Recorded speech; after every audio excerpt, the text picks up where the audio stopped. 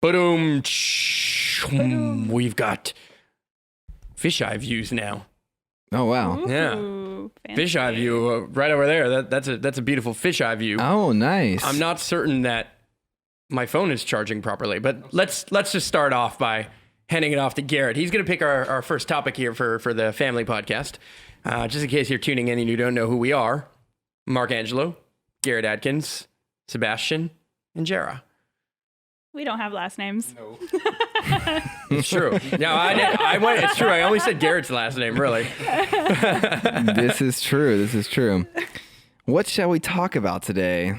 We've been surfing the web trying to understand a good topic to speak about, but I think we might just do a little somebody's coming into the space. Let's ask them for a recommendation. A recommended topic. Yeah. Let's go for it. Yali, what's a recommended topic that we have? Throw us a curveball. Ooh, productivity. Yeah. So that's a great one. That's a great one. I can take off on that one. So a good productivity tool that I've been using recently is the Pomodoro method. It is basically 25-minute sprints of complete focus that you're able to fully give yourself to a certain task. And the great thing about this is that if you are like myself, and the majority of people I know, you work best in terms of a certain amount of a due date. And that's why we did so well in school. We were pretty much structured and programmed to know deadlines and to know dates in that way. And it can be kind of challenging whenever you get into the real world, not even the real world, but the world of entrepreneurship, the world of freelancing, the world of being accountable to yourself and only yourself. Because if you're working on your own project, you don't have the person, you don't have the client breathing down your back in that level and that capacity, which can usually, whenever you do have the specific two line in line where you have your own personal project and you have a client project, you're going to typically always prioritize the clients more than you because they're paying you money. They're saying, all right, where's this, where this, where this. But the Pomodoro is a perfect example of building in that urgency factor of being a human when it comes to productivity. So basically, there's plugins on the computer. There's two that myself and Jara have been using. One's just Be Focus that is on the laptop in general, and there's one that actually it's built into Google Chrome and it blocks off certain websites that you do. So I usually switch between the two because I work on social media as well. So whenever I'm not actually working on social media, on my Facebook page, I have a Facebook news eradicator on there. So I actually like Tyler Durden, Fight Club, inspirational quotes, which is great because if I were typically to go on Facebook, I would just get lost in those 5 minutes accumulations of getting lost whenever I'm going for a different task and I end up scrolling on the feeds, accumulates to hours and days of the years accumulated. But basically the Pomodoro method is 25 minutes, turn it on, turn everything else off. You have a task at hand and then you want to complete that task in that 25 minutes. You take a 5-minute break at the end of it, do this for 2 hours, and you take a 20-minute break. And it's been very helpful for myself personally and the people I've been recommending it to. So very really stoked about cool that. You get the actual tomato timer. Ooh. Like you on Amazon. It's like actually like a timer shaped like a tomato. 25 minutes, right? Exactly. Pomodoro. 25 minutes. Yeah, that level and having something specific like that in place and having it on, having a physical note. And the great things about even whenever I started work with Mark is we had an hourglass with us at all time, which is the power hour. And it's something we very much need for the story space. I ordered a new one off of Kickstarter. There's like this new one that this company made, but I still haven't received it yet. But I have one upstairs and it's kind of like shitty. Tell us about the power hour. Well, okay, so the power hour concept is simple. It's you buy an hourglass online, and normally it's like made in China, so it's not actually perfectly an hour. But the idea is that you turn the hourglass, and for that entire time that the sand is going, you're focusing on one single task. And the idea is that you are like most of our lack of productivity comes from us switching tasks all the time. So we're getting these notifications, and through those notifications, we're going through all these different things. And I'm friends with this guy, James Clear, who's he writes a ton about productivity and how we can be 1% better than we were yesterday, and not focus on like exponential growth, but realize that exponential growth is done by small increments every day, stacking upon themselves. But the main thing that he was talking about when it comes to productivity and distractions was every time you're distracted, you now it takes you a minute to get back into the task that you're doing. And the average person gets distracted every 5 minutes. So every 6th minute, you are gone. Like you are not in any amount of productivity. You're not doing anything, let alone the time that you were actually distracted. So every 5 minutes you get distracted, you were distracted, let's say for a minute, and then it takes you another minute to get back into the task you were doing originally. Apparently it's even worse for men. Really? Yeah, like on a like structure of our brains, men have like larger nodes and smaller pathways, so we're able to focus more on something. But if we get distracted, or if we switch our focus over to something else, then like coming back to that is harder. And for women, it's easier because they have larger pathways. I've actually, a little bit sidetracked, but read that all those things are learned, and that we're born, our brains are not all that different. And so these things are actually taught us and told to us over and over, and so they become real. Interesting. I read an article on it this past week. It's all a figment of our imagination that becomes reality. Yeah. Yeah, we're definitely creating something. I'd like to create a reality where this fucking audio system works really well for me personally. I'm just gonna throw that out into the gods of the universe. I think I deserve this at this point. I feel you definitely on being press the easy button. Sometimes I need to buy one of those easy buttons and like strap it to my fucking ass. So every time I sit down, it's just like, oh yeah, easy button. You know what I mean? Like, no, seriously, it's driving me crazy. Sometimes here's the thing. We literally had an audio engineer here and it was working. 100% of things were working. I was like, okay, I've got it. The audio somehow, he didn't do anything to fix that thing. It just worked. And I was like, oh. And then it was exactly what I thought it was supposed to be controlled by, which was this knob here. Long story short, I figure out all these different things. I fix this inner looping problem, all these other things that go with it. He leaves. The second he leaves, we unplug it for half a second just to move the cord around and bring it on this side. And now, who knows? Those distractions. Who knows? Go ahead. Speaking of distractions, if you want to go ahead. No, Okay. You've already introduced it twice. Now we all want to know what you're going to say. What are you? I'm gonna just distract everybody this direction real quick, and I am extremely addicted to social media. I'm like noticing it very clearly right now. We spoke about this last week, but I noticed it. Man, So it's what, crazy. The amount of time that I spend just looking at it, checking out it, the first thing I go to sleep. First thing I want to wake up, going to sleep. It's crazy. I'm so addicted to that thing. So what was that you're like, holy shit, I'm addicted? I think it's trying to step away from it now and being more mindful of it. Mm-hmm. You're recognizing it. And I'm trying to be more proactive on Sundays. Specifically, Sundays are my day where it's me day. You know, I get to and I still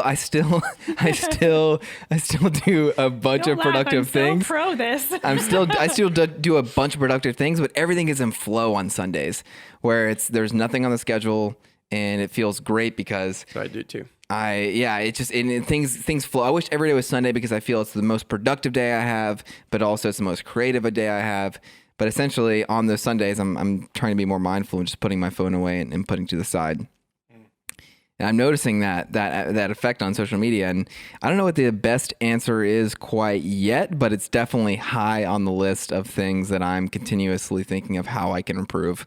Trying to figure out how I kicked mine. I think when my phone got stolen in Costa Rica, that was because I had no phone for a month. And ever since then, even now I'll be at the house and I'll be like, I don't know where my phone is. Garrett, have you seen my phone? And then I just turn on the speaker and you automatically connect to the Bluetooth and kick off my music. I'm just curious. You guys have your screen times? Do you guys have your data? My phone's being used to film this right now, but otherwise Garrett wouldn't share anyway. I've tried to ask. I would, yeah. I just didn't want to publicly post it on an article, but I'll put it on the podcast. I'll put it on a public podcast, More but people will listen to this than read that article. read that article, By the time surely. they got that far into the article. that's most likely true. I am literally at 6 hours for Instagram only in the last 7 days. Oh my God. Okay, 6 hours. let me see. I'm not I've even close to that. Instagram's my big one. I'm a YouTuber. Where do I find this? Instagram's number one, then YouTube right General? after that. It's your screen time. I don't know where to. Oh, I can just search screen time, of course. Oh, yeah, that works too. A cream time. Shh. Don't tell everybody I'm misspelling. So you're low. Wait, then I can find it for the last 7 days? Yeah. Hold on. What does this say? We need to call Yeah. Gavin, come back. Last 7 days. Okay, so my You spend average, 3 hours and 38 minutes a day on your phone, and So Instagram is Instagram's 4 definitely hours is definitely those. That's because I've posted I haven't used it in a while. We were talking about this. Yeah, I don't know if it's from your posting. I think we spend most of the time on Instagram consuming. Of course. So obviously. let's talk about that. Let's Do talk. we? I mean, out of the 4 hours, how long does it? There's no we Well, in no, this it's conversation. not This is that an I I conversation. spent How do we that much time each posting, eventually? But because I post, I'll check it more because messages are coming in or whatever. And so I've done twice in the last 3 days, which is abnormal for me. So I've been checking it more because I've been replying to comments and that kind of thing. Whereas you normally, do use it more when you put you're it. posting. Yeah, so you- my Facebook is 2 hours, and so is my LinkedIn, and so is my WhatsApp. So Got a good spread. going into that, content consumption versus content creation is the way that I'm trying to kick or to redefine my relationship with social media. So what does that look like on a day-to-day aspect of when am I making time to add to the platform, or when am I just showing up to consume it? And then in the ideal situation, showing up, putting in content, or even having an assistant just do the uploading for me, do that. And then I'm kind of batching my engagement, and batching not in terms of for the full month, I'm doing my scheduling for the next 4 hours, but batching in maybe like 30 minutes in the morning or something to actually reply and to engage. I think it's very important to, that is your communication. That is our source. It's an amazing tool, Yeah. but this tool has the ability, this isn't the tool that wore affliction in high school. This is the tool that could be able to use you as much as you can use it. You know So what I mean? this is where No, the- it is a tool. It's a tool. This is not like your regular screwdriver or hammer that you can build something with. That screwdriver or hammer can turn around and make you a part of its own building. I'm just laughing at this tool you wore affliction in high school. No, it's not the tool that you wore affliction in high school. Okay, it's not the tool. I was like, okay. Anyway, But either at way, the it's same time, still it is a hilarious. tool. So this comes back to what we were talking about at the beginning, the productivity, because you should be scheduling when you email, and when you reply to those, you should be scheduling when you're and this is just another tool that you're replying to people live. Yeah. And that should be scheduled in your calendar. And for the rest, you should just not open it, not look at it because it's a distraction. Yeah. That's advice that I definitely give on a regular basis. Yeah, I wish there was a better way to just have an app that wouldn't let you use it for certain hours of the day. I would probably just turn it off, but I think that you can limit your amount of use. You have an app, right, that will stop it if you use it for more than a certain amount of time. So Yeah, I no, that's just actually built spoke into to your Jara phone about now. I actually spoke to Jara about this very topic. I think the biggest thing as it relates to you, quite literally, because I've noticed you're more addicted to your phone I've ever seen you be addicted to your phone personally. And I can say that because I spent a lot of time with you, and I could see that you're picking up way more. Mm-hmm.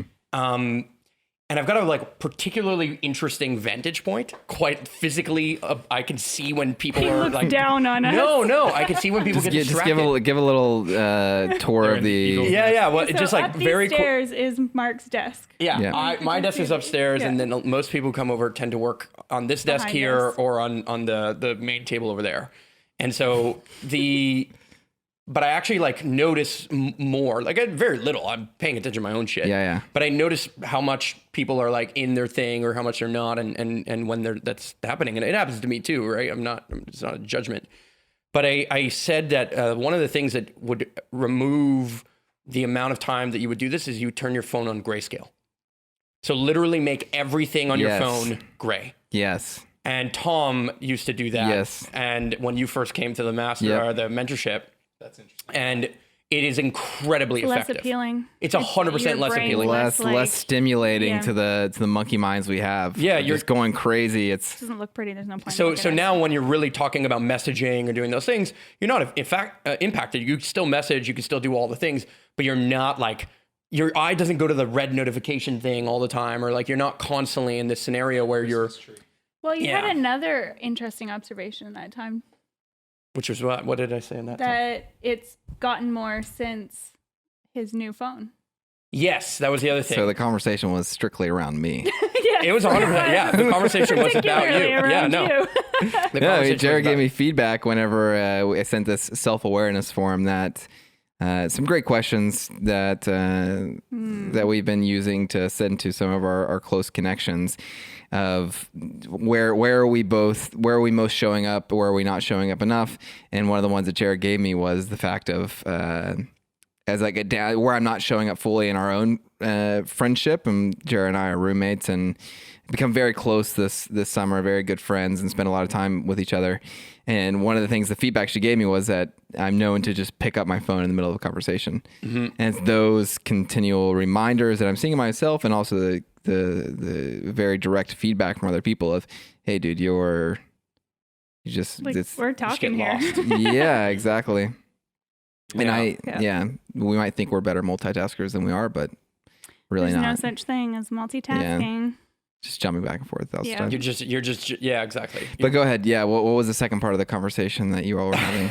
That was it with regards to you. Oh, the new phone though. But Oh yeah, the It new was phone. a new phone. It Just was just that a new phone thing. you spent a lot more time on your phone and picked it up a lot more since you got the new phone. Since you got the new phone, you're more addicted to your phone. That was the only thing I could say changed the output. That was you've the only changed. Yeah, you did exactly. You went from that phone, Yeah. the one that's filming you right now. The one like the old hippie phone. That's like the one that's like still has a flaxseed case on it that's compostable. And now now I you've have got the this phone updated, that's the filming X, us right now. the X And it's- iPhone right It's there. What is it? still a Plastic, smartphone rubber? though. It's still a smartphone. There's a company that did they threw up a competition. I think it was only in the States though, and they were gonna pay, I forget how much money it was, $1,000, maybe $10,000 for someone to switch from their smartphone to a flip phone for a period of time. It might be a week, maybe it was a month. Are they still doing this? I'll volunteer. Right? I have no issue with that. I totally wanted to volunteer too, but I think that the one thing was that it was. Wait, did they pay you money for this? Yeah, they were paying. They wanted to pay the guy $10,000. $10,000. It might have How been long was it? It's It had to be longer than a week. Garrett. There's a zero somewhere. I think it was $1,000 for 1 week. Switch your smartphone to a flip phone. Oh my god, And that's then so blog about it. easy. Wow, I would do that for It's not sure. that bad. Yeah. Yeah, I would do that. That'd take That $1,000. would make I life like so challenges. So I know nice. that I'm addicted, but at the same time, I like a Nobody challenge. could like all work stuff would just only be confined to my computer. See, I think the real challenge would be you have to still own the other phone. Like the other phone has to be right on your nightstand kind of thing. And then if you pick it up, then you don't get the $1,000. That's the challenge. Because you just take away my phone. Yeah. I don't But that have was the that option. wasn't the challenge, was it? No, I know. But what I'm Okay. trying to say is that's not a challenge. If would you be take like away my phone, I the- don't have an option. I just throw So- it. so You really- just get rid of it. Just put it deep into a couch. This is what Garrett does. As soon as he posts something, he literally chucks his I told her phone about across the that. room. Whenever I No, post, I watched you do it. You like open your bedroom door, chuck your phone in, close it, and then you're like, true. Let's, I've seen you do it here in the office. You'll be sitting at one end of the table, and you're just like, "All right, I got to get it on the couch." And so I see like I literally you throw like my phone wind up a away little from bit, me. and then you just lob it onto the But couch. I do it whenever I post a new post on Instagram. I post something, and 'Cause it I lets you should refresh too much? because I'll Refresh, get right into it, and I refresh, just refresh. and I overthink it, and I'll just post it and then throw it. And I've noticed that I should probably actually, because I set up my post to have spacing with it, and sometimes the spacing fucks up on Instagram. You And I should look I for the should probably space. look, Oh, I and I've always noticed check that at the time where I'll come back 2 hours later, like, ooh, that's an obvious mistake, and but I have some like obvious grammar mistakes in my stuff because I'm just like, get it out of me, get it into the world. I'm ready for the next idea.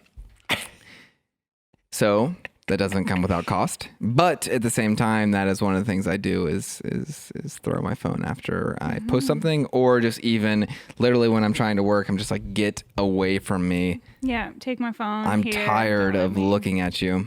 Which is interesting to me because anything you have on your phone, you can access through your laptop. Not necessarily. What can't you? You can't There's really certain messages. There's certain like interface of Instagram. You don't really do Instagram through Well, you Mac. can post, but you can read it. But I You can don't. see- I don't think you Come can. on, the You user can't do interface. messaging. Yeah, the user experience isn't as fun. You can do on- messaging on Instagram. On the You can, but you can Instagram is one have. of the few applications that has like mobile only functions. Most applications have not only all the functionality, if not more functionality on your laptop. Mm-hmm. Yeah, Instagram's yeah. Yeah. I was a pretty low phone usage recently when I checked recently. Like I'm closer to her numbers, I think, in terms of like hours spent on the phone. It's good, something like 3 hours Yeah, or I think 4 hours tops. that's one of Instagram's secrets, though. They make it so that it's more accessible on your phone, and your phone being always on you. Like your laptop, you don't carry it around everywhere. Yeah, like you will carry it with you, but you literally have to take it out, put it on the table, open it, or put it on your lap, open it. Mm-hmm. Your phone is just like boom, and now it's like with facial recognition, you just like take it out of your pocket and It's you're like, in. it's like Garrett confirmed.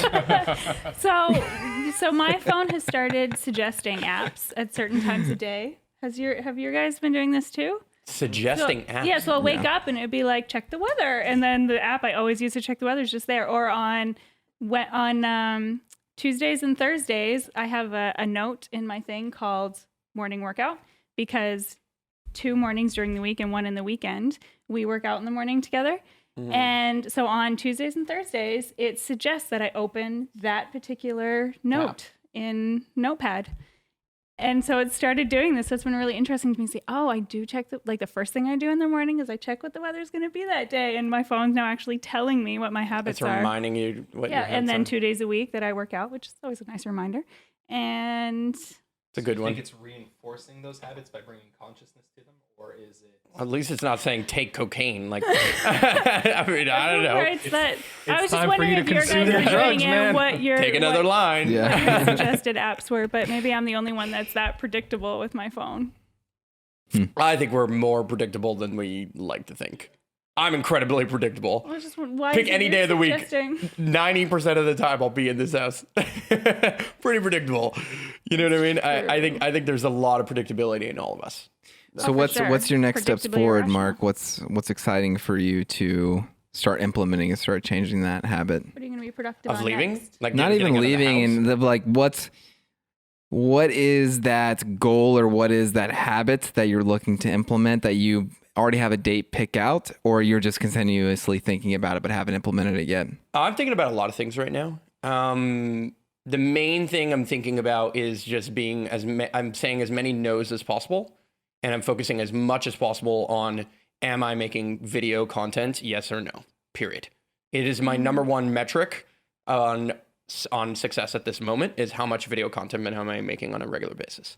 And that is because it's my highest excitement. And I have been, for the last about year and a half or so, in a build phase where everything I'm doing, all the yeses that I'm saying, are in service of trying to have enough money to be able to put in to the machine so I can rebuild some of the things that I know Superhero Academy can do and needs. And the only things that are outside of that are distractions for me. And there include things that Superhero Academy has done, like the Mastermind, for example. Phenomenal. It's a great thing. It's lots of fun. It's done. It could be, I don't think most people could start a mastermind and dream to be as successful as we were with our mastermind in terms of the number of people that came and like the amount of things that we've done. Crazy. Yeah, like any mastermind you've ever gone to is not pulling off that level of production that we are, without having millions of dollars in runway and all the things that we don't have. And we don't have a team. We don't have a dedicated person. Like, what we've been able to pull off in general with this entire company and my entire career is like quite insane for the price that we did it at. For the amount of runway that we've had, I think we've pulled off more than most people would have ever believed that we were able to pull off. And ironically, we've pulled off much less than we've ever been able to pull off in some ways, from the perspective of I believe that we should be so much further when it comes to content and video content specifically. I think we could have so much more community than we do at this moment. And I say that with love for myself, that we're way further than most people. We're in the 1% already, but we could be, I think we can be in the 0.1% easily for sure. So how do you measure that? How do I measure? How do you measure? So you're saying like we could be where you're not necessarily where you want to be, but you're still recognizing, the advancements that you've done there. And how are you measuring that? How are you measuring that to say, okay, I'm on track. I'm moving at least towards where I believe we could be? 1,000 true fans, I think, is the answer. So the metric for me is, do we publish something and 1,000 people are immediately engaged? And I say immediately, like within the first 24 hours, 24 to 48 hours. Okay. So do we have 1,000 people who are like really like responding, creating engagement? We definitely have 1,000 people watching things. Some like we'll put out a video on Superhero Academy. It will get 1,000 views on Facebook, but it's not necessarily the case on all platforms. Or we'll get 1,000 views across multiple platforms. But I'd like to see 1,000 views. For me, it's going to be YouTube.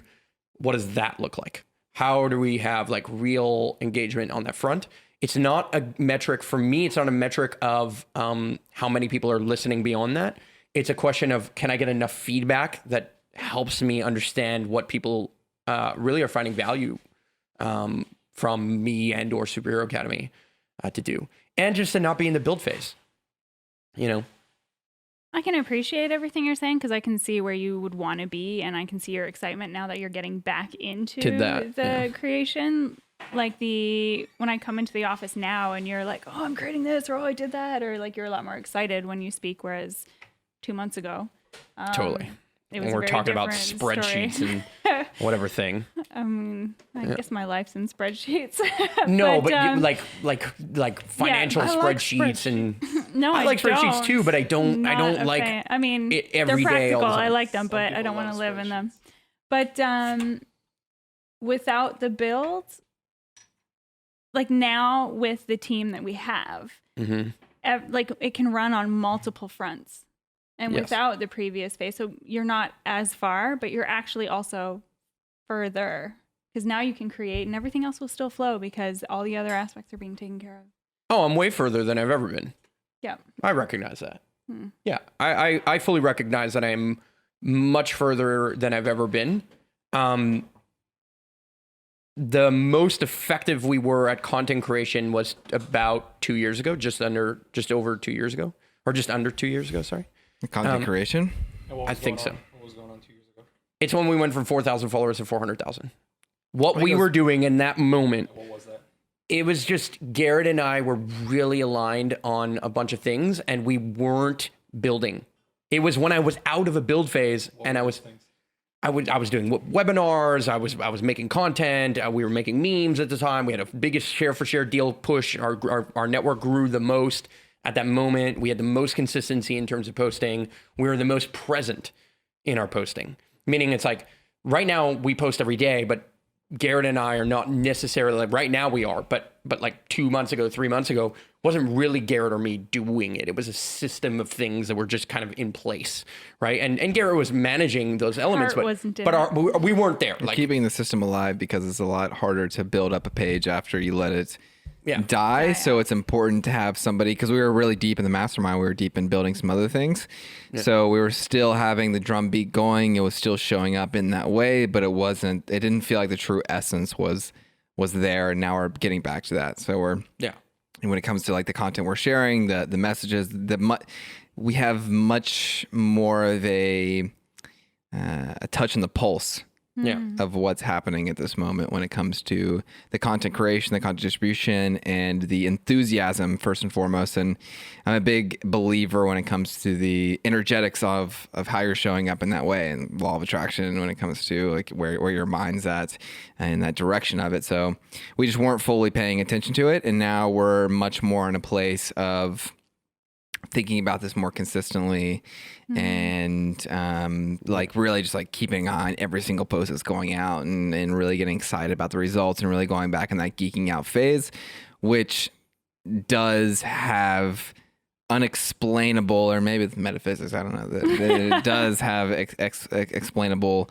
results to it. But from what I've known is that whenever you are like really putting a lot of energy and effort into what's being posted, what you're looking at, what you're excited about, then it's going to have much more of an impact. Yeah. It's funny. We were talking the other day. I had written a post because I had agreed to with myself and with Garrett, to get more active in the group, and to post some stuff. And so I was like, what's the best time to post? And he's like, Jara, if you feel it, like if you're just in that energy, do it, because I don't know how, but that's the best time. Like there's something about the energetics of that. You're excited and somehow that just comes across and then people get excited. And I mean, sure. I got good, mostly on LinkedIn, but it got a lot of good reactions. For sure. And that's the question, is that it's so common so when's the perfect time for me to post? When's the perfect time for me to do XYZ? And yeah, I mean, I think that's a good thing to think about, but also it's a cop-out whenever you're not posting anything at all. It's you're just asking questions at that point. First and foremost, you shouldn't be worrying about that until you're posting so much that you're just like flowing with content, and then it's just about optimizing it. Is that so much of it? Yeah, the algorithms are smart enough that they'll know that if you have something taking off and it's a great post, that it's going to show up and continue to grow in that way. But the most optimal time to do it is whenever is the now. Was like 10 years. It was like a couple years ago. Yeah. You know, and now the second best time is whenever you're feeling it. One of Mark's favorite sayings. Yeah. Grow that tree. Yeah. The best time to plant a tree was 25 years ago, and the next best time is right now. Was it Warren Buffett that said there was a random person that wasn't really growing that many trees? Definitely not Warren Buffett. Yeah. Fuck no. I swear I thought that quote was sure him. Could have been a financial reference. I'm sure he was referenced on that. Said it. Yeah, okay. I'm sure he was said it. given that reference on a meme at least one point or the other. Oh, but I was like, oh, Warren Buffett. Okay, I didn't really know that they grew that many trees. And I guess Omaha or Oklahoma, wherever he's the wizard of Oklahoma. Can you really it's like the Einstein quote? Don't believe everything you read on the internet. Yeah, Einstein. Yeah. I love the new iPhone X, Abraham Lincoln. Yeah, I don't believe that wisdom came from. There's a lot of wisdom that comes from Warren Buffett, but not to derive too much from the point.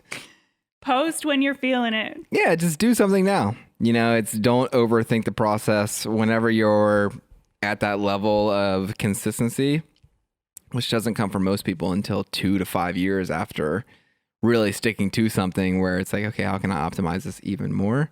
Most people are in that phase of getting started and getting the engine rolling. And what's more important than any optimal time is to get the thrill and the excitement of just sharing and the engagement and what that does, and understanding that it's not so much about a certain amount of likes or comments, but it's about like direct messages and the feeling that you get and the one-on-one conversations that come out of sharing that content and sharing what excites you the most.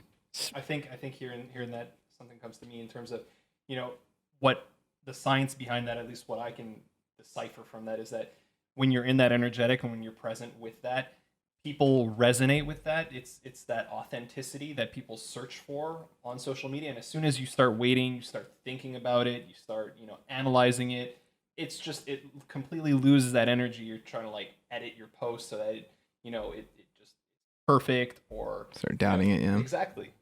And then it somehow that gets transmuted throughout the social media waves, and people see that, and you can feel it.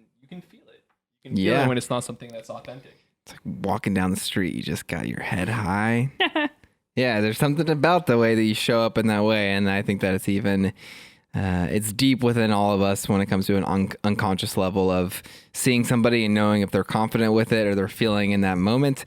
And I think it goes through the ethers of this digital realm that people are watching this now, or that when we're creating our own content, that if somebody can tell us if that person's being authentic or not. Mm-hmm. Yeah, Deep codes.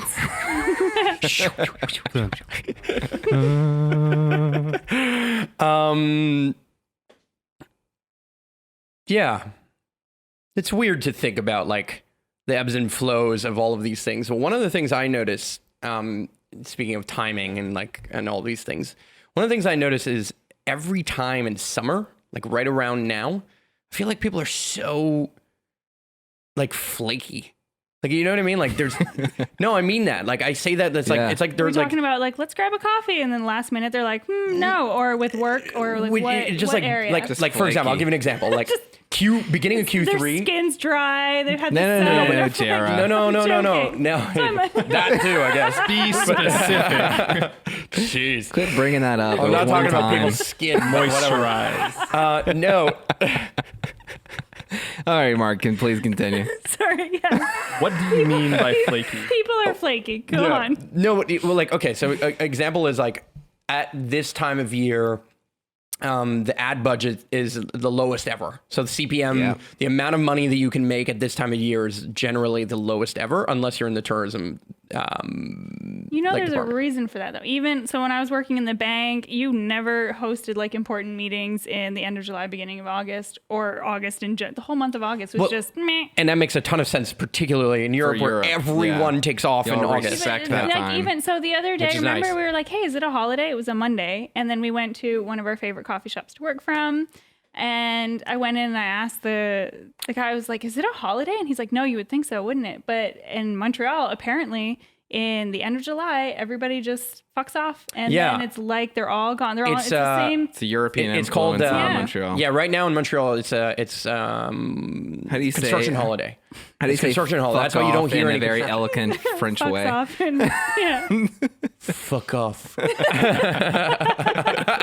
Not even close. Okay, so That was the joke. That was the I joke. don't even know the dirty words in French. I'm not.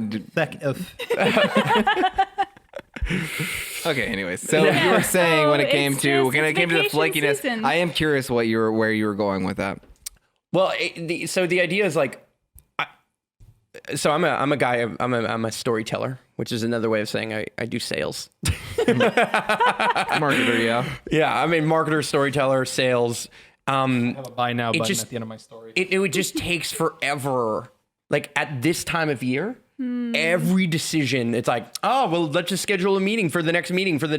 I'm like, guys, what the fuck? Like, I was on a call for something, and they're like, this guy had just gone on 2-week vacation. So I got on 2 meetings while he was gone to like walk them through a proposal. Then he gets back from the vacation, and I'm like, okay, I walk you through the proposal. And at the end of it, like, we didn't have time to like discuss the proposal in full. And they're like, okay, cool. Well, it's construction holiday, so we'll be back in 2 more weeks. And I was just like, I was just like, what the fuck am I doing in my life that I'm not on this vacation, just being like, you know what? Fuck you guys. You know what I mean? Okay, Like, so just assume in the northern hemisphere, the end of July and most of August is just not going to be the most productive time. Like once you accept that, life is so much easier. But there is like, when it comes to sales specifically, when we're talking about the amount of flakiness when it comes to people, but we're talking about specifically when it comes to sales and talking to like closing a deal. I've been very curious on this topic for some times now, because there's like the incentive-based pricing of whenever you're on that call and you're saying like, listen, like most people that close now are the most committed, and how to do that in a way that's tasteful and that also gets the point across of like, hey, if we're going to move, let's move. My time is very busy to me with it. And finding a way to do that has been very interesting to me, because it is exciting. I mean, like when I'm in that moment, and this isn't a way to just like close people in a quick way. It's saying like, this is what I've noticed, but saying it not in a way in like a cheesy or like sleazy way. If you say it and you mean it, it's the best thing you can do. Yeah. It's like, you know, the latest sales call I did for Superhero Academy as an example, I won't say names, but this person was like, oh, I really need to think and like meditate on it. Yeah. And they're like, do you think I can get back to you in 48 hours? That's what this person suggested. Good. At least you have a certain timeline. Yeah. That's the first thing you establish is if somebody says take my time. exact answer was like, great, I'll give you 24. Yeah. Do you get what I mean? Like, I believe that you have to, at the end of the day, when it comes to sales, if you're the person controlling the conversation, then you get the sale. Yeah. It's a question of, if you just pull it into whatever they want, oh, well, you know, it's okay. Like, take all the time you need. That never works. Yeah. It's proven to not work. It might close anyway. I'm not saying that it doesn't work, that it doesn't ever close. What I'm trying to say is, statistically, if you push the sale, and not the sale, the decision, you push a yes or a no. It's like, look, it's a yes, or no. Decide. Yeah. Right No matter now. what. Simple as that. You're Are not you going to feeling know any more tomorrow morning after you take your big shit in the morning. Or It's but not- it's not gonna if you have change to, Not necessarily if you true. Jesus. Be very Okay, so add a lot of but clarity. if to there my is- life. if there is- know was coming. Yeah, I mean, if there is like a conversation needs to come down with like a significant other or a spouse or something along those, it makes sense. But you just set a direct timeline of like, are you in or are you out? They're Do not not buying pull a my. house. Yeah, They're no, not- but at the same time, when it comes down to somebody buying something between $2,000 to $6,000 on a high ticket price, they sometimes need to have that conversation. And I don't think it's the best excuse, but that conversation does need to be happen. I get it. I get it. But That they at have the same time, but you have to still have set those limitations of okay, but when will that conversation happen so we can check back? There's no pressure within it, but at the same time, I respect my own time. Yeah. And that's when can we set this time where we meet back up? And if it's fine, either way. But at the same time, otherwise you lead in continual. My voice just cracked right there. You lead into Getting emotional. Can we re-record that, funny. please? yeah. Bring it back now. Anyways, so, but it I don't know. It's an interesting conversation to talk about because it's been top of my mind as well as I'm having a bunch of different conversation of, okay, how do I help somebody get to that point of yes or no? No is completely fine, but also at the same time, if you're feeling like a I fuck think yeah, that's where being clear with that. Yeah. so many people feel like a no is like an insult or it's negative. Like No, it's it's a not. really bad. No, I know Yeah. it's not. No, I I'm agree. just- but because they feel, then they don't dare say no, or they're just unsure, or they do kind of want it, but they feel pressured, and so they're kind of leaning towards it. But it's such a negative thing that it throws it off. Yeah. Whereas if somehow you can make it really clear, like, look, it doesn't matter either way. The choice is yours. Just do it. Like, just decide. That's Yeah. it. And like, we'll still That's be an on the im- same terms as before. It's an empowering thing to give somebody is the ability to make a decision. I tell not a people- lot of people can make a decision. So to say yes or no, like that is an empowering thing. Is that one of the skills that everybody should start leaning towards is the ability to make a decision, even if it comes down to as micro as where we're going down to dinner tonight. Make say a this- decision. I say this to read- people all the time when it comes to people who want to join Superhero Academy specifically. I'm kind of at the end of the day, I say you want to be your own Entrepreneurship boss, is right? making a decision. Exactly. I'm literally said 50% of entrepreneurship is making a decision, and here's the next thing I need to tell you. I'm inventing it as much as you. Yeah. But you have to make a decision as to whether or not this is the path you're going to take for your next invention or your next flow or not. And that's it. And I'm like, and that's, if I could give you any piece of wisdom, and I share that with them, entrepreneurs are decisive people. Decision creates flow. And, Totally. and I say that because if you think about it, like to decide, like the root of the Latin word is actually to cut off, right? So when you decide and you cut off, whether it's yes or no, it doesn't matter because it's out of the way and you're moving in a direction, Yes. right? And so when it's not a yes and it's not a no, well then there's stagnation, right? And it's holding space, it's holding energy in your mind, and you're stuck there. Yes. And whatever else you want to be doing, it's holding space. You know? Like even myself, I'm like, what came to mind is I remember just looking at something and telling the sales guy, I'll think about it. I never got back to him. He never got back to me either. So, it's kind of just like whatever, but it's still just like a micro space that's there. being held, right? Yeah. It's funny because I was reading Ramit something, I forget his last name. Yeah, I will teach you how to be rich. or Yeah, will so I teach you to was be rich. reading a blog post of his today, and it's kind of merged with another blog post I was reading today. I read a lot. And Weird flex, but he's- okay. No, it's just like it sounds. You guys all watch like so much content. You're like, oh, I watched this thing, and I'm the only one that's like, oh, I was reading this thing. Anyway, total sidetrack. So he was talking about taking his friends out to dinner and how you go to this place and it's like where you share food and stuff. And as soon as somebody's like, oh, you want to know what? Like, I can make a few suggestions or I can just order for everyone. And everyone was like, oh, great. Like, you're taking the decision away. But then that flows into the second article that was talking about leadership and how can you be a leader just in like really simple steps and making decisions and just being like, even if it's the wrong one, like, fuck it, who cares?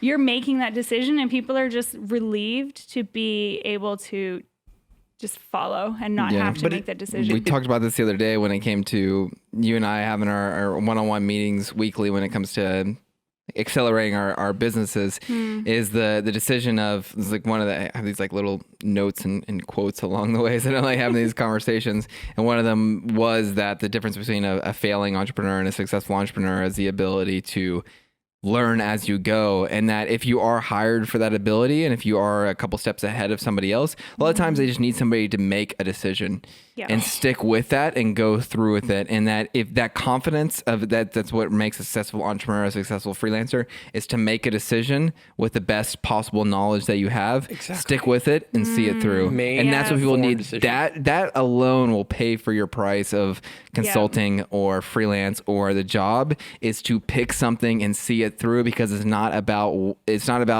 the color code, pound sign or hashtag sign, like we were saying earlier, BXY22 BXY23. It's like, it's not, there's not that big of a difference between there. It's just pick one and let's move forward and let's change the people's life with a bigger vision of it. That's like, and I'm sure you can really relate to this. So like half of my day maybe is just people like approach me and asking questions, and I'm just like, yeah, no, whatever, like just do this, or and then it's like the answer is there and they're just double checking, and you're just like, yep, do it, no, don't, yeah, that looks great, no, that doesn't, yes, that's correct, like it says that on the sheet, you're good. And but then they just need that somebody else to make a decision or reassure them. Walk into rooms all the time, and somehow my energy somehow just says that all of a sudden, whoever was making the decisions prior to that moment, now somehow I'm the decision maker. And I don't want that at all. I really don't. Like I say that with all the love in the world. I really don't want to walk into a restaurant and then tell the waiter how to do their job. But it happens all the time. Like, no, I mean, that's a bad example. No, but yes, no, it's a horrible example. What I'm trying to say, give a different example of a consulting question. What I'm trying to say is like, dude, some people know what the fuck they're doing, and all of a sudden, when somebody walks in, it just fucking it completely shifts. It's like they don't understand how to make a decision any further. It's like they're literally up against a wall, and I have no idea. It's an energy thing, I think. Yeah, because that's what I'm trying to say. In the beginning, I started doing it with you, and now I'm just like, I like it, but it's your course, so what do you think? Like, you need to give the final yes, but I've kind of already approved it. But that's you're just like, great. That's changed. That has changed a lot. Yeah, and even like today, I was like, I literally praised her for doing it. Sabrina asked me a question. She's like, hey, can you do it? And then she's like, oh, I guess I could just check the thing. And I'm like, yeah, like I'm not fucking Google. Like, what the fuck? Like, it's so, I can't, half my day is making decisions for other people. I think it really stems from people being afraid of taking the wrong decision.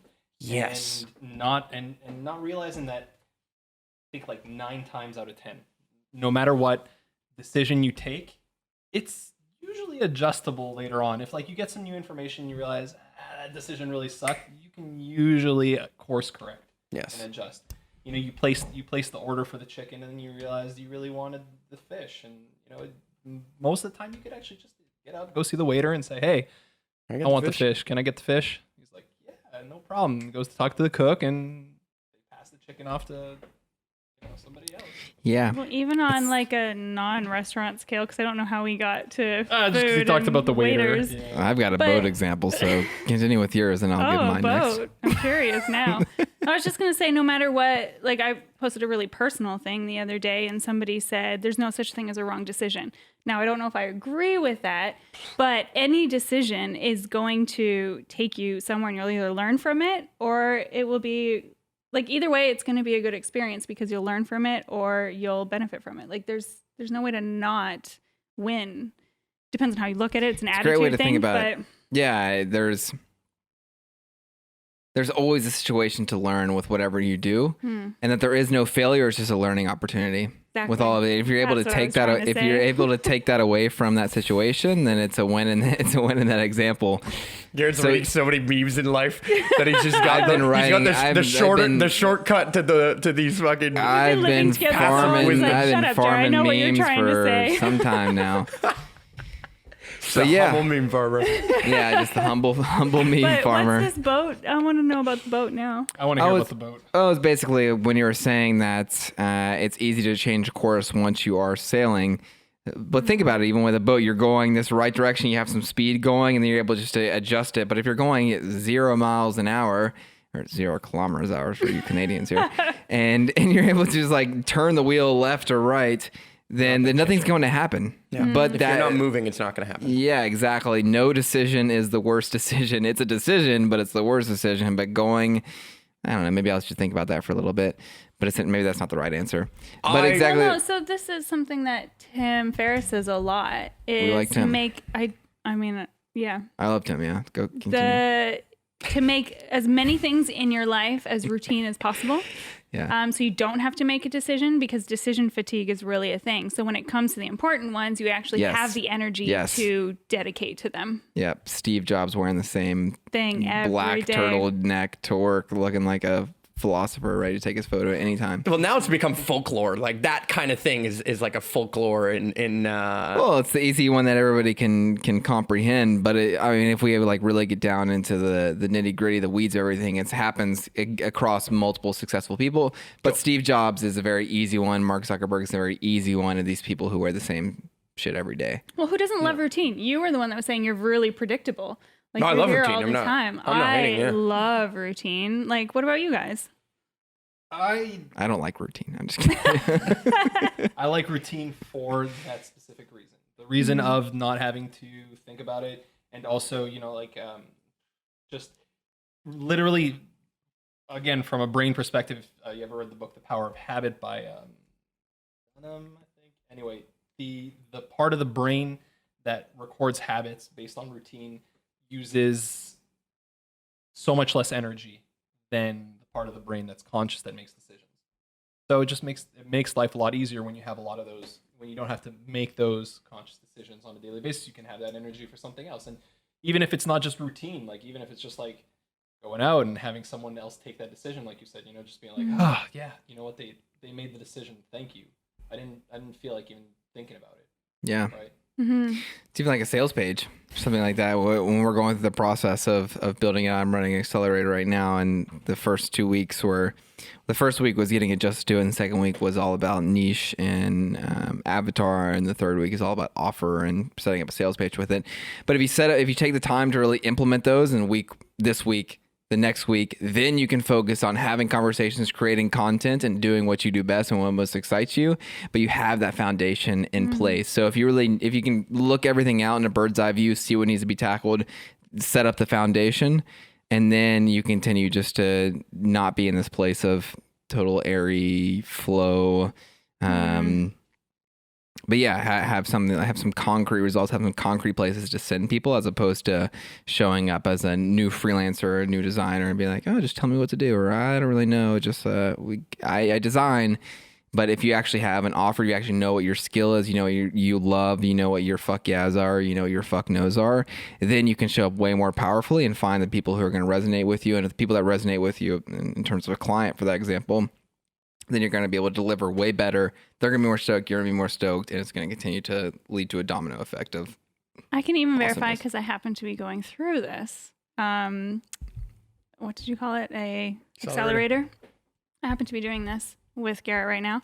And even going through the exercises gets you more excited because you realize what your fuck yeahs and your fuck no's are. Yeah. The exercise or the process of like, yes, like that's what I really want to do. And I can actually throw all that away. Like I don't even have to worry about it.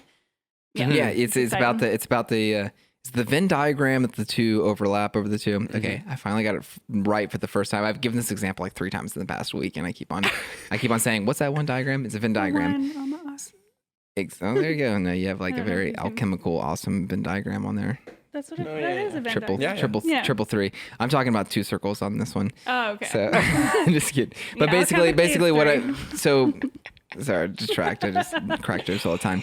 But so when it comes to avatar, when it comes to niche exercise, most people are like, what do they want? How are they doing? Where do they live? What's their Facebook status? What's their what's their marital status?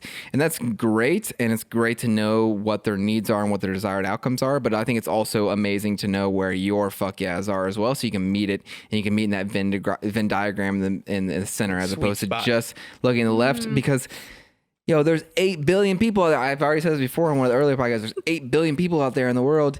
You can find who the people. Yeah, you can find who the people are in the Venn diagram of that match both of those sectors. Then you have your awesome testimonials and your different like amazing situations, and then it's an amazing experience for both parties involved. And I think it's important to know to know who you can best serve, and to also know how you can best serve, and matching that up. Yeah. Venn diagram. The sexy thing. If I say it 5 times, I'll remember it. You might. You might. It's funny that we have those things that we just forget every fucking time. All the time. Yeah, like names. Garrett will tell you. My thing is names. Yeah, she cannot remember a name for anything. But let's tell that one story about the guy that we were passing by in the street. This is not even relevant to a podcast, but we're reminiscing at the moment. So we're walking up to this couple, and Jara and I are at the Atwater Market in St. Henry, the part of town that we live in. And we're walking back to our apartment, and we hear this woman say, no, it's her boyfriend that says, "Who's Christopher?" And then his partner, I'm assuming, says, "Columbus, you asshole." And like, you tell there's this big fight going on, and we just hear this one subsection of who they're fighting about. Christopher, you Columbus. He's not trying to steal your girl. He said it. Yeah, it was so like, who's Christopher? Columbus, you asshole. We hear the best conversations when we're walking around the market. We do, yeah. Big people watcher. Those sailors, Yeah. make them jealous. Yeah, exactly. Boyfriend's jealous. Yeah, 600 years later. He's still stealing your girl. Stirring up shit. Okay, so social media. Yeah, productivity. That's how this all started. Jeez, the rabbit hole. The rabbit hole of social media ended up at Christopher Columbus. But I've got a way to bring this back on this one, which is so one of the things that I've been saying a lot recently, actually, is we're sailing to India. Yeah. And I'm making the reference of Christopher Columbus, or that type of reference of Christopher Columbus. At the end of the day, was looking for India. He found America. Yeah. And we all know what happened from there. I won't go into the politics of that, ladies and gentlemen. But at the end of the day, he was sailing for India, and that's a kind of like an interesting topic. So, because at the end of the day, you don't, like, back to the decision-making thing, you don't really know what your decisions are going to lead to, but you just need to, at the end of the day, figure out how you're going to sail the boat. And at the end of the day, he found America, but he found America through all the same kind of tools that allowed him to get there. The adjusting of the sails, following of the compass, following of the stars, like doing all the things that get you to go west, which he believed would lead him someplace, led him somewhere else. But at the end of the day, it still created that opportunity comes from that decision. And there's the truth for me is, you can't imagine how the universe is going to play out. You can't imagine how well certain things and certain decisions can play. And people ask me all the time, like, well, if I do this thing, is that going to like really lead to what I want? And I'm like, I have no idea. I can't be accountable to what you want, because what you want might change tomorrow. But I'm certain that you being more decisive, you learning these skills and doing this thing and finding a tribe of people who are definitely on a similar journey, who are also looking to sail to India, quote unquote, you will land somewhere. You will get somewhere that is going to be better than where you are right now, and it's going to be incredibly informative. And it might be painful, and it might be all these different things that come up in that process. But there's without a doubt a beauty to just setting sail. And I think that we're in a culture, and this is back to the flakiness thing, particularly in this time of year, where it seems like nobody just wants to set sail. Like I just want to fucking come on, let's do it. You know, like come on, let's like take a risk. Let's do something. I feel like I've at this time of year it takes like 17 emails to get something done versus the 2 that it takes to get done in like November when everyone's like, I need it yesterday. At this time of year, I'd rather be outside than I get answering it. emails, so I can relate in that area. But I do understand what you're saying. Yeah, it just feels like everyone's taking forever. Yeah. Maybe it's just Can't speak for the weather aspect, but enjoying the journey and loving the process is very important. And that reminder of, here goes back to my meme farming, but essentially life is about the journey, not the end.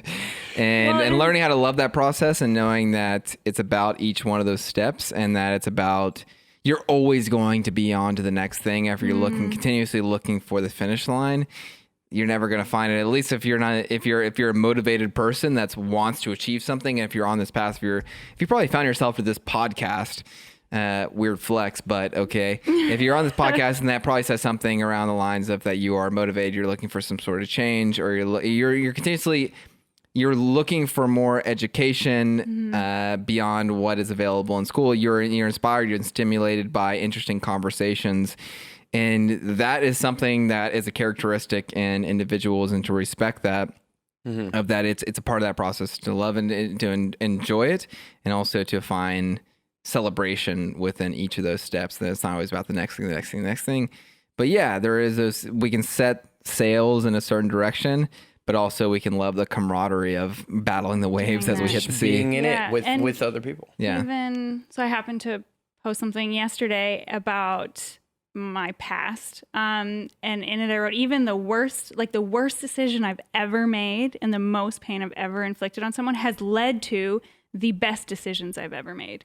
So it was like, literally the worst possible decisions you could make. And it's horrible at that time, but it leads to the best things. Yeah. Because like you said, you're creating flow and you're setting sail. You're just like, fuck it, I'm going to do it. And because even Christopher Columbus, I mean, he wasn't wrong. If there hadn't been a huge landmass there, eventually he might have hit India. Yeah. No, that's 100% true. Like just do it. Yeah. And even whether it's micro or macro, whether it's going on a huge thing, and to always remember, even if it's like a new hobby or whatever it is, and depending on your, it doesn't have to be any macro than that, but to continually push yourself in that level of get outside your comfort zone, as the cheesy meme would be, to go back to my meme farming, is that this is your comfort and this is where your dreams are. That's your this is where this podcast has to end. Ladies and gentlemen, when we've mentioned meme farms 3 times, it's over. Garrett just decided what we're having for dinner, so we're good. Putting it up. For those of you who don't know, I've got 6 weeks left in the city, so I might as well eat as much as I can. Okay. So, all right, ladies and gentlemen. It's been beautiful. Hit that subscribe button, comment, like, whatever, do all the things. Let us know your thoughts. That let us know your thoughts. If you laughed, if you made it all the way here, it's because you laughed. So leave us a comment, because it's what you could do. It's what you could do. You could smash that like button. You can leave us a comment. You can let us know that this is something you appreciate, so that we know what the next topics are that we should be talking about. Even topics for the next time. Exactly. What do you want to hear? Drop them in the comments. Like, we'll do it. I'll be checking. Yeah. Yeah. We all check them. is the best band ever. So see you guys later. Okay.